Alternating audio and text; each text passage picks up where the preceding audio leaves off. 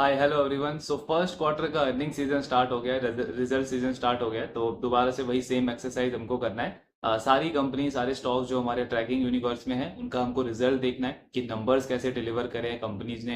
Past में जो management ने गाइडेंस दिया था उसके अकॉर्डिंग कैसा नंबर रहा है उनका। एंड देन उसके बाद अगेन वही कॉन कॉल डिस्कस करना है कि मैनेजमेंट आगे के लिए क्या प्लान कर रहा है, आगे का बिजनेस का आउटलुक क्या रहने वाला है। तो आप देखोगे जितना हम ये एक्सरसाइज हर एक क्वार्टर क्वार्टर के अंदर करेंगे तो जितनी भी कंपनीज हैं उन पे हमारी क्लैरिटी बढ़ेगी, हमारा कॉन्फिडेंस बढ़ेगा। फिर जो मार्केट में वोलेटिलिटी होती है ना, जैसे फॉर एग्जांपल अभी अगर आप रिसेंट केस देखो तो क्या हो रहा है कि एनबीएफसी सेक्टर में कितनी सारी ऐसी कंपनीज हैं जिनके नंबर्स अच्छे आ रहे हैं। पूनावाला फिनकॉर्प, एचडीएफसी फाइनेंस, आपका 5 स्टार बिजनेस फाइनेंस, जिनका रिजल्ट अच्छा है, ग्रोथ अच्छा है, एसेट क्वालिटी का नंबर अच्छा है, प्रोविजनिंग काफी स्ट्रांग है।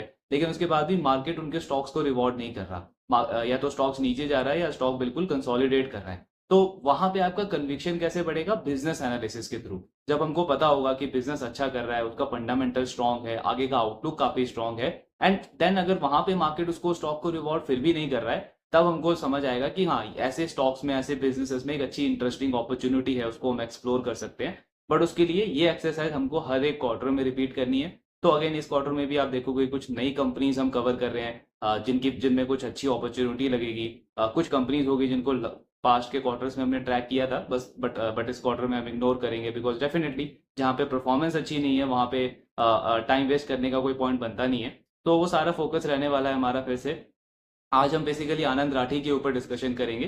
तो जब से मैंने ये स्टार्ट किया है ये स्टॉक एनालिसिस वाला, तो आनंद राठी जो कंपनी है वो पहली कंपनी होती है मेरे ट्रैकिंग लिस्ट के अंदर जो अपना रिजल्ट अनाउंस करती है। और हर बार जो जो स्टार्ट होता है अर्निंग सीजन का वो काफी पॉजिटिव रहता है, बिकॉज इस कंपनी के रिजल्ट ही उसी तरीके के रहते हैं। तो उस पॉजिटिविटी को इस कंपनी ने कंटिन्यू रखा है इस फर्स्ट क्वार्टर के अंदर भी।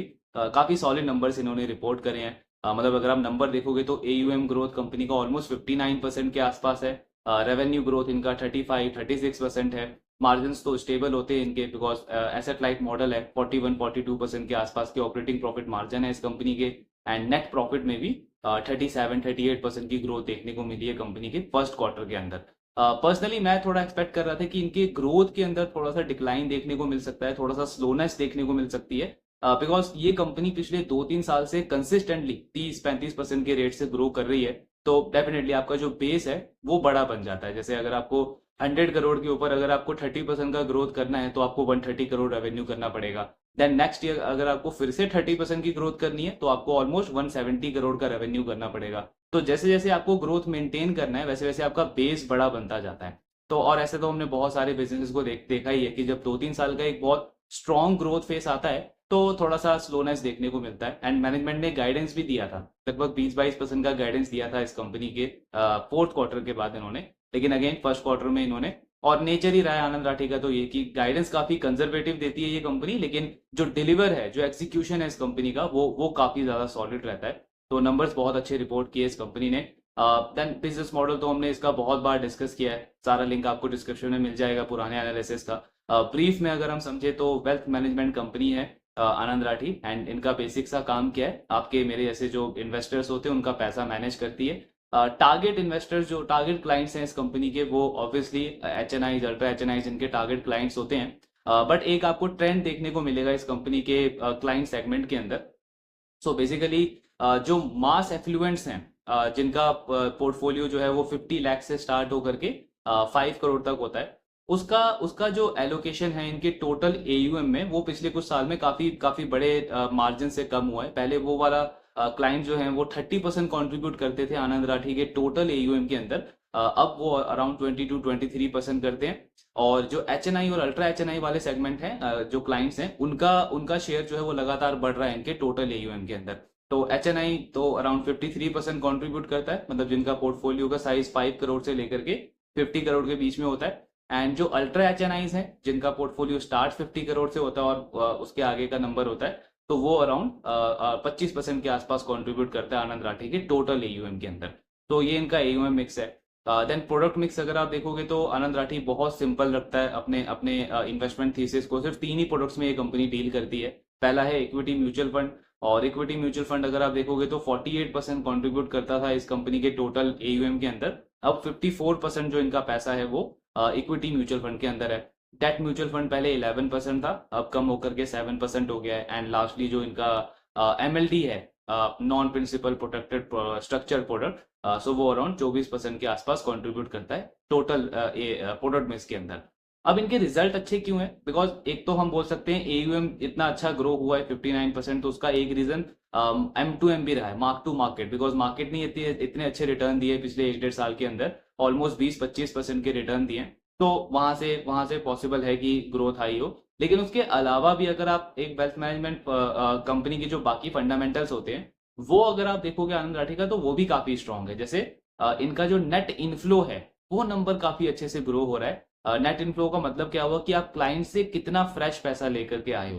बिकॉज किसी भी वेल्थ मैनेजमेंट कंपनी को अगर बड़ा बिजनेस करना है, एक बड़ी ग्रोथ करनी है, तो वो कैसे पॉसिबल होगा? अगर आप एग्जिस्टिंग क्लाइंट तो है, एग्जिस्टिंग क्लाइंट का एग्जिस्टिंग पैसा आपके पास पड़ा है, लेकिन सेम एग्जिस्टिंग क्लाइंट से आपको फ्रेश पैसा चाहिए, प्लस मार्केट में नए क्लाइंट से नया पैसा चाहिए। जब तक एक कंपनी ये दोनों चीजें नहीं करेगी तब तक वो कंसिस्टेंटली ग्रो नहीं कर सकती, सस्टेनेबली ग्रो नहीं कर सकती। एंड आनंद राठी क्यों हर एक क्वार्टर में इतने सॉलिड नंबर्स रिपोर्ट कर रहा है? बिकॉज इस कंपनी का इक्विटी नेट इनफ्लो या फिर इक्विटी म्यूचुअल फंड का नेट इनफ्लो हर बार काफी हायर रेट से ग्रो करता है। जैसे इस क्वार्टर में अगर आप देखोगे तो कंपनी का जो नेट इनफ्लो का नंबर है वो अराउंड 173% से ग्रो हुआ है। लास्ट ईयर के कंपैरिजन में काफी ज्यादा अच्छी ग्रोथ आई है उसमें।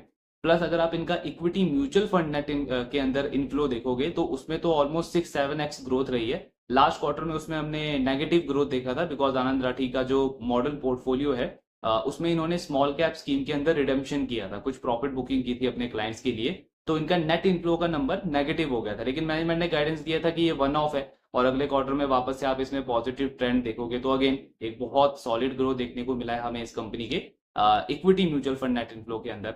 उसके साथ में आनंद राठी का जो SIP फ्लो है, SIP फ्लो पे आनंद राठी ने पिछले साल कहा था कि हम जितना भी पैसा मैनेज करते हैं मोस्टली हमारे पास जो है वो लमसम इन्वेस्टमेंट आता है, तो SIP पे हमारा फोकस रहने वाला है आने वाले टाइम में, और वो वाला पार्ट भी इनके लिए काफी अच्छे से ग्रो कर रहा है। 63% की ग्रोथ रही है आनंद राठी के SIP फ्लोज के अंदर।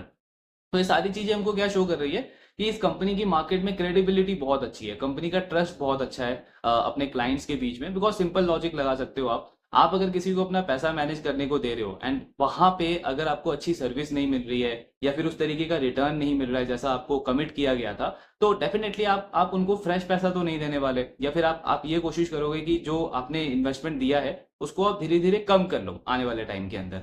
लेकिन अगर वो कंपनी फ्रेश पैसा लेकर के आ रही है क्लाइंट से और नए क्लाइंट्स ऐड करती जा रही है अपने सिस्टम के अंदर, तो ये हमको शो करता है कि उस कंपनी की मार्केट में क्रेडिबिलिटी बहुत अच्छी है, उसकी सर्विस बहुत अच्छी है, उसके प्रोडक्ट्स बहुत अच्छे हैं, एंड जिसकी वजह से उसके एग्जिस्टिंग क्लाइंट उस कंपनी के साथ में रहना चाहते हैं और वो फ्रेश पैसा और इन्वेस्ट कर रहे हैं। तो ये एक ट्रेंड हमको देखने को मिलता है इस कंपनी के साथ में। देन अगेन एक और रीजन क्या है इनकी सस्टेनेबल ग्रोथ का? कंपनी का RM और क्लाइंट के बीच का जो रिलेशनशिप होता है उसको बहुत अच्छे से मैनेज करती है Anand Rathi. Because wealth management industry के अंदर एक क्लाइंट जो है वो बहुत ज्यादा अटैच होता है अपने RM के साथ में, क्योंकि एक RM ही है जो उसके पूरे फाइनेंशियल को देखता है, उसका पैसा कहाँ लगा है, टोटल वेल्थ कितना है, किन एसेट्स में डालना है, टैक्स का क्या उसमें इशू रहने वाला है। तो ये सारी चीजें कौन मैनेज करता है? RM मैनेज करता है। तो वेल्थ मैनेजमेंट कंपनी के लिए बहुत ज्यादा इंपॉर्टेंट है कि वो अपने RM को अच्छे से रिटेन करे। बिकॉज अगर आपका RM रिटेन नहीं कर रहेगा आपके सिस्टम के अंदर, तो उसमें चांसेस क्या है कि क्लाइंट भी आपका स्विच करता जाएगा आपके RM के साथ में। तो आनंद राठी का अगर आप देखोगे तो इनके अराउंड 360 RMs हैं टोटल आज के टाइम पे, लगभग 52 नए RMs इन्होंने ऐड किए हैं पिछले 12 महीने के अंदर। सबसे अच्छी चीज क्या है कि ये अपने RM को मतलब रिटेन करती है। RM एट्रिशन इस कंपनी का ऑलमोस्ट 0 रहता है। मतलब वो RMs जो इस कंपनी के लिए काफी बड़ा AUM मैनेज करते हैं, काफी बड़ा क्लाइंट सेट मैनेज करते हैं, वो RM का जो एट्रिशन है वो 0 है आनंद राठी के लिए पिछले 12 महीने में। मतलब एक भी RM ऐसा इस कंपनी को स्विच करके नहीं गया है दूसरी कंपनी में, जो इस कंपनी के लिए इंपॉर्टेंट है, मतलब एक बहुत बड़ा AUM वो मैनेज कर रहा हो। तो ये क्या शो करता है कि अपने RM को एट्रिशन को काफी अच्छे से कंट्रोल कर पाती है कंपनी। बिकॉज इनका मेन एसेट कौन है? मेन एसेट इनका RM ही है, वही मार्केट में जा रहा है, वही मार्केट में आनंद राठी का पूरा रेपुटेशन मैनेज कर रहा है, उसका कल्चर मैनेज कर रहा है। तो अगर RM आपका स्विच करता रहेगा तो अगेन क्लाइंट को आप मेंटेन नहीं कर पाओगे। एंड क्योंकि RM एट्रिशन अच्छा है आनंद राठी का, इसीलिए आप देखोगे कि इनका क्लाइंट एट्रिशन भी जो है वो 0.01% के आसपास है। इंडस्ट्री में one of the lowest client attrition है आनंद राठी का। एंड मोस्टली जो क्लाइंट्स हैं, मोस्टली जो एयूएम है इस कंपनी के पास में, वो इनके मतलब 3 साल से भी ज्यादा पुराने क्लाइंट से आता है। तो अगेन ये एक रिलेशनशिप शो करता है एक आरएम के बीच में, उसके एम्प्लॉयर के बीच में एंड उसके क्लाइंट्स के बीच में। तो ये भी one of the main reason है कि कंपनी इतने इतने अच्छे तरीके से सस्टेनेबली ग्रो करती जा रही है। तो नंबर सॉलिड हैं, फंडामेंटल्स काफी अच्छे हैं।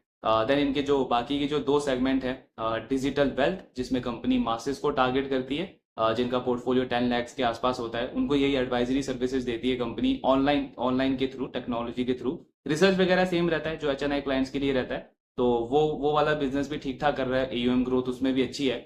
एक और तीसरा सेगमेंट है कंपनी का ओमनी फाइनेंशियल एडवाइजर। तो वो वाला मॉडल थोड़ा बहुत प्रूडेंट कॉर्पोरेट से मिलता है। जैसे प्रूडेंट अपने म्यूचुअल फंड डिस्ट्रीब्यूटर्स को एक प्लेटफॉर्म प्रोवाइड करता है, बैक ऑफिस देता है, जहाँ पे वो क्लाइंट का पूरा ट्रांजैक्शन मैनेज कर सकते हैं, पूरा पोर्टफोलियो मैनेज कर सकते हैं, क्लाइंट अपना पूरा इन्वेस्टमेंट देख सकता है। तो वैसा ही प्लेटफॉर्म आनंद राठी भी प्रोवाइड करता है अपने म्यूचुअल फंड डिस्ट्रीब्यूटर्स को, एंड उससे सब्सक्रिप्शन लेता है, सब्सक्रिप्शन फी चार्ज करता है। तो ये दोनों बिजनेस भी ठीक ठाक कर रहे हैं, लेकिन मैनेजमेंट ने बार बार बोला है कि हमारे बिजनेस जो है वो मेन प्राइवेट वेल्थ का है, वेल्थ मैनेजमेंट का है। ये जो 2 बिजनेस है, डिजिटल वेल्थ और ये ओमनी फाइनेंशियल एडवाइजर वाला, इस पे कंपनी अभी स्ट्रेटेजी बना रही है। और वो खुद कह रहे हैं कि हमारे बिजनेस को अगर आप ग्रोथ वाइज देखते हो तो ये दोनों बिजनेस आपको आज इंक्लूड नहीं करने चाहिए, बिकॉज अभी ये इमर्जिंग फेस में है। इनमें हम स्ट्रेटेजी बना रहे हैं कि इनको आगे कैसे हमको ग्रो करना है। मेन जो हमारा बिजनेस है वो आपको सिर्फ वेल्थ मैनेजमेंट वाले पे ही फोकस करना चाहिए, एंड वो वाला बिजनेस तो बहुत अच्छा कर ही रहा है कंपनी के लिए। आगे का अगर आप आउटलुक भी देखोगे तो बहुत सॉलिड अंडर पेनेट्रेशन है इस पूरी इंडस्ट्री के अंदर। इन्होंने एक डेटा भी, काफी इंटरेस्टिंग डेटा भी शेयर किया है कि इंडिया का अगर आप इक्विटी एयूएम टू जीडीपी देखोगे तो अराउंड 7% के आसपास है, जबकि ग्लोबली वर्ल्ड का एवरेज जो है वो 30% के आसपास है। तो इससे हमको क्या शो होता है कि कितने कम लोग हैं इंडिया के अंदर जो इक्विटी इंस्ट्रूमेंट्स में इन्वेस्ट करते हैं। देन एक और डेटा इन्होंने शेयर किया है कि पूरी इंडिया के हाउस होल्ड फाइनेंशियल एसेट अगर आप देखोगे, मतलब जितना भी फाइनेंशियल एसेट है हमारी कंट्री का, उसमें 15% से भी कम पैसा जो है वो इक्विटी प्रोडक्ट्स के अंदर लगा हुआ है। जैसे स्टॉक्स हैं या आपके पीएमएस है या आपका इक्विटी म्यूचुअल फंड है, इनमें 15% से भी कम पैसा लगा हुआ है। आज से 10 साल पहले ये नंबर 5% के आसपास था, और आज ये नंबर 14.7% है। तो मतलब 15% पैसा सिर्फ इक्विटी इंस्ट्रूमेंट्स के अंदर है, बाकी 60% से भी ज्यादा पैसा जो है वो आपके लो रिटर्न वाले जो प्रोडक्ट होते हैं, जैसे पीपीएफ होता है आपका, एफडी होता है, इंश्योरेंस प्रोडक्ट्स होते हैं, स्मॉल सेविंग स्कीम्स होती है। तो इन सारे प्रोडक्ट्स में 60% से भी ज्यादा पैसा इंडिया के इन्वेस्टर्स का आज के टाइम पे लगा हुआ है। तो ये क्या शो करता है कि कितना बड़ा डीप अंडर पेनेट्रेशन है, एंड डेफिनेटली आने वाले टाइम में ये सारा पैसा लोगों को शिफ्ट करना पड़ेगा इक्विटी इंस्ट्रूमेंट्स में, बिकॉज वो जो लो रिटर्न वाले जो प्रोडक्ट्स हैं उनमें रिटर्न कितना आता है एनुअली, 6% 7% के आसपास। इन्फ्लेशन कितना है हमारे कंट्री में, 8 से 10% के बीच में। क्योंकि जब आप इन्फ्लेशन का नंबर देखते हो तो आपको सिर्फ वो आरबीआई जो शेयर करता है सीपीआई इन्फ्लेशन, कंज्यूमर इन्फ्लेशन, सिर्फ हमको वो नहीं देखना है, क्योंकि वो तो जस्ट आपको कंज्यूमर आइटम्स के ऊपर कितना इन्फ्लेशन लग रहा है वो आपको दिखा रहा है। लेकिन एक्चुअल में लाइफस्टाइल इन्फ्लेशन आपको कंसिडर करना है। लाइफस्टाइल में आज के टाइम पे आपका मोबाइल का इंटरनेट आता है, मोबाइल के चार्जेस आते हैं कि हर साल कितनी तेजी से इसके चार्जेस बढ़ते हैं, हॉस्पिटल के एक्सपेंसेस कितनी तेजी से बढ़ रहे हैं, पेट्रोल डीजल कार, मतलब ये सारी आज के टाइम पे नीड बन चुकी है हमारी। तो इनकी इन्फ्लेशन को भी हमको कंसिडर करना पड़ेगा जब हम लाइफस्टाइल इन्फ्लेशन की बात करते हैं। तो एक्चुअल इन्फ्लेशन अगर आप देखोगे तो 8 से 10% चल रहा है।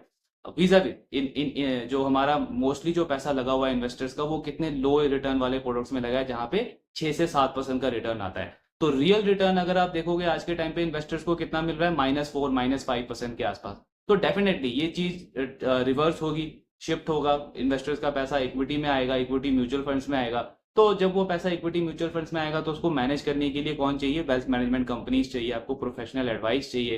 तो इसीलिए ये जो पूरा सेक्टर है वेल्थ मैनेजमेंट का, एसेट मैनेजमेंट का, ब्रोकिंग इंडस्ट्री का, इनके लिए काफी स्ट्रॉन्ग ग्रोथ रनवे है आने वाले कई सालों तक। और 15-20% की ग्रोथ इन पूरे सेक्टर के लिए रिपोर्ट करना बहुत ज्यादा डिफिकल्ट नहीं है। तो ग्रोथ अपॉर्चुनिटी बहुत है, स्कोप बहुत बड़ा है। एंड ये सारी कंपनीज जो है, आनंद राठी, नुवामा वेल्थ, मोतीलाल ओसवाल, और भी जो कंपनीज है, इनके लिए काफी अच्छी ग्रोथ अपॉर्चुनिटी है। सो ट्रैक हमको करते रहना है, फोकस करते रहना है इन कंपनीज पे। रिजल्ट काफी अच्छे रहे आनंद राठी के, अभी कॉन कॉल में देखेंगे आगे का क्या आउटलुक है मैनेजमेंट का। अपॉर्चुनिटी वाइज अगर आप पूछोगे तो डेफिनेटली आई फील कि नुवामा या मोतीलाल ओसवाल में थोड़ी सी बेटर अपॉर्चुनिटी लगती है, क्योंकि उनका ग्रोथ भी काफी अच्छा है, 40-50% का ग्रोथ है।